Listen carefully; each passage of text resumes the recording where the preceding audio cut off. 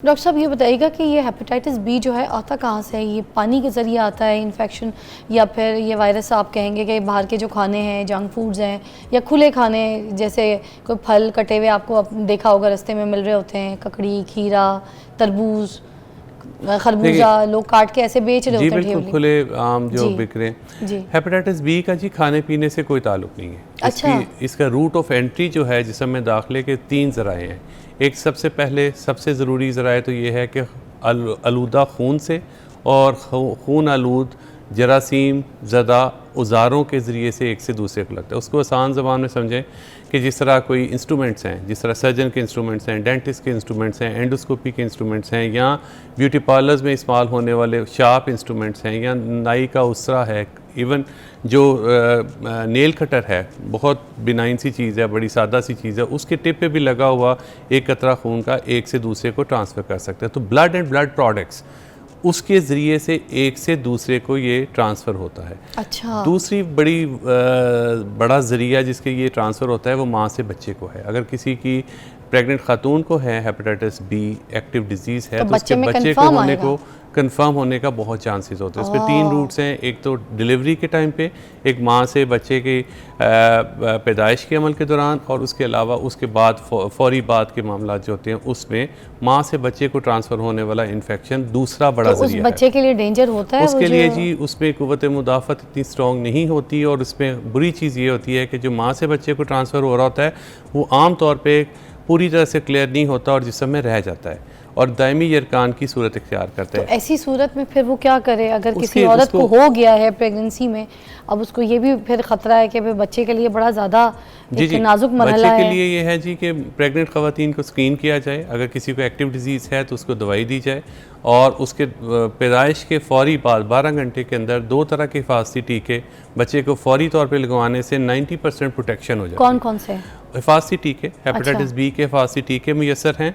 एक पैदाइश के फ़ौरन बाद लगता है, एक महीने बाद और एक 6 महीने बाद। एक तरह की वैक्सीनेशन है, और दूसरी तरह की वैक्सीनेशन वो है कि माँ से बच्चे को जो ट्रांसफ़र होने वाला कोई इंसिडेंटल जरासीम है उसको न्यूट्रलाइज करने के लिए एक एंटीबॉडीज़ होती हैं। वो भी एक तरह का हिफाजती टीका होता है। ठीक है। वो भी उसको फौरी तौर पे 12 घंटे के अंदर पहली डोज लग जाती है, तो उससे 90% प्रोटेक्शन हो जाती है। तो दूसरा बड़ा ज़रिया जिस पे अवेयरनेस की ज़रूरत है, ख़ास तौर पे हमारे लेबर रूम्स में प्रेग्नेंट ख़वातीन के जहाँ पे डिलीवरी के मराहिल होने वाले हॉस्पिटल्स हैं, वहाँ पे अवेयरनेस की ज़रूरत है कि हेपेटाइटिस बी को चेक किया जाए, नंबर 1।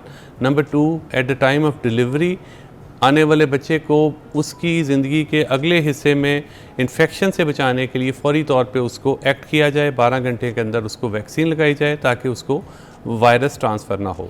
अच्छा, ये जो वायरस है हेपेटाइटिस बी, क्या ये जिगर के कैंसर की भी अलामत बन सकता है? जी बिल्कुल। इससे पहले मैं एक पॉइंट और चाहूँगा कि तीसरा बड़ा ज़रिया जिसके ज़रिए एक से दूसरे को लग सकता है वो जिनसी अमल है।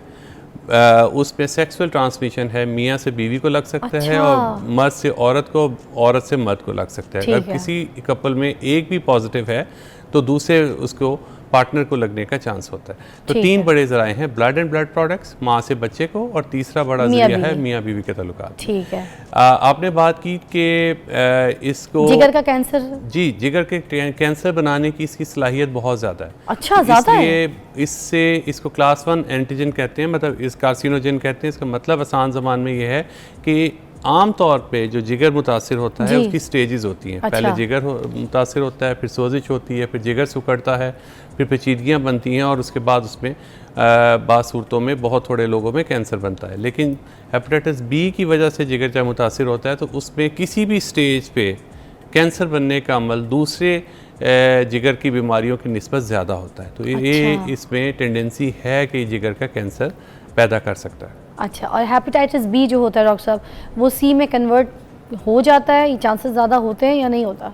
देखिए, हेपेटाइटिस बी और सी 2 मुख्तलिफ बीमारियाँ हैं। उसमें सिर्फ एक कदर मुश्तरक है कि वो दोनों जिगर को मुतासिर करते हैं। तो इसलिए हेपेटाइटिस बी का सी में कन्वर्ट होने का कोई चांस नहीं है, ना ही ये कोई बीमारी की स्टेजेस हैं जो बिगड़ के बी सी में कन्वर्ट हो रहा है, ऐसा कुछ नहीं है। अच्छा, बी अलहदा बीमारी है, सी अलहदा बीमारी है, उनके थोड़े से ज़राए कुछ इकट्ठे हैं जिसमें इसका जो ट्रांसफ़र मोड है जिसके ज़रिए से एक से दूसरे को लगता है, फैलाव के ज़राए जिस तरह हमने बात की, ब्लड एंड ब्लड प्रोडक्ट से लगता है, गंदी सिरिंजेस से लगता है, गंदी बॉटल से, ताकत के नाम पे ड्रिप से, ये मैनिक्योर पेडिक्योर जो करवाने जाते हैं हम लोग, उसमें देखें एक ड्रॉप ऑफ ब्लड जो है अगर इवन एक लेलन पे लगा हुआ है, बेडशीट पे लगा हुआ है, मिसाल दे रहा हूँ, तो उसमें एक हफ्ते का इतना वायरस होता है कि वो एक हेल्दी बंदे को वो वायरस ट्रांसफ़र कर सकता है, इवन सूखने के बाद भी।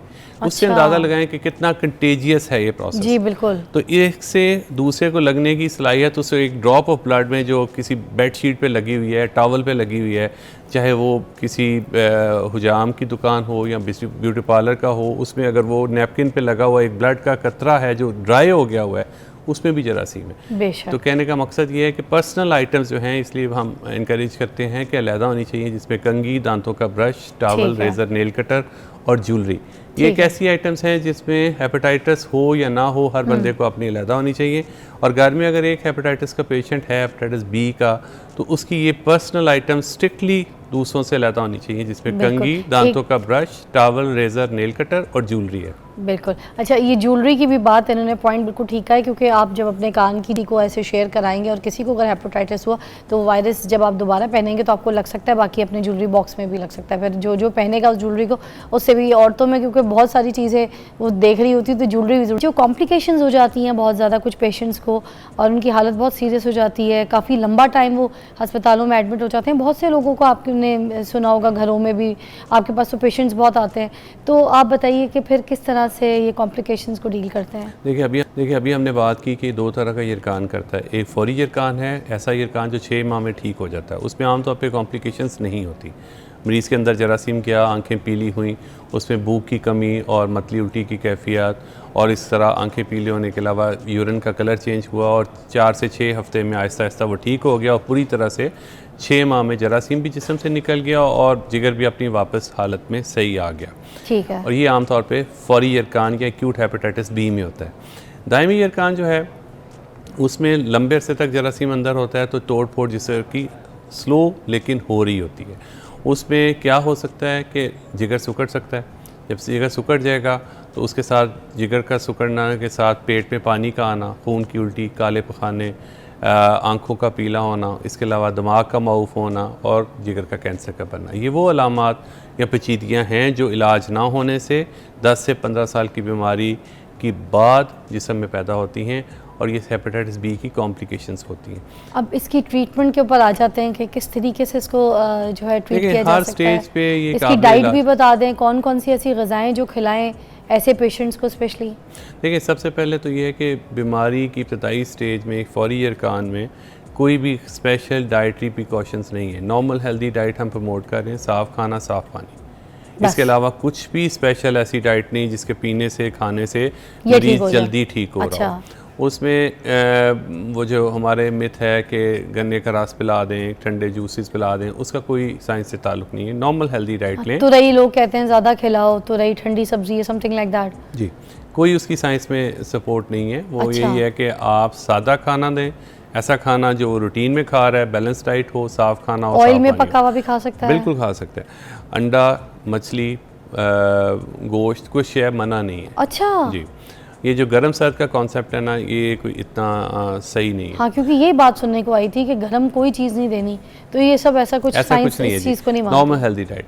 फिर उसके बाद आ जाता है कि ऐसा यरकान जो लंबे से तक चल रहा है, साइलेंट डिजीज़ है, किसी बहाने से चेक करने से पता चल रहा है, उसमें भी जो आर्टिकल्स हैं अलहदा से, वो तो उसकी सेपरेट करनी है, घर की आर्टिकल्स जिसकी हमने बात की। उसके अलावा उसके साथ इकट्ठे खाने पीने से, उसके प्लेट में इवन खाने से, उसके ग्लास में पानी पीने से, उसके बिस्तर में लेटने से, बच्चों को चूमने से बीमारी एक से दूसरे को नहीं लगती। तो उसको अछूत नहीं बनाना, ये बहुत ज़रूरी है। अच्छा, मतलब किसी उसके ग्लास में पानी भी पी सकते हैं, उसकी प्लेट में खाना भी खा सकते हैं? जी, हेपेटाइटिस बी में इस तरह की कोई प्रिकॉशंस नहीं है, सवाए उन चीज़ों के जिनकी हमने बात की, कंघी, दांतों का brush, towel, razor, nail cutter और ज्वेलरी अलहदा रखनी है। अदरवाइज़ इकट्ठे खाने पीने से, इकट्ठे रहने से, उनके ग्लास में को पानी पी लें, प्लेट में खाना खा लें, गले मिल लें, बच्चों को चूम लें, ऐसी कोई एहतियात नहीं। ओके। उसके बाद आगे अगला मरला आता है जी मैरिटल रिलेशंस, मियाँ बीवी के ताल्लुकात में। उसमें भी मैरिटल रिलेशंस रख सकते हैं।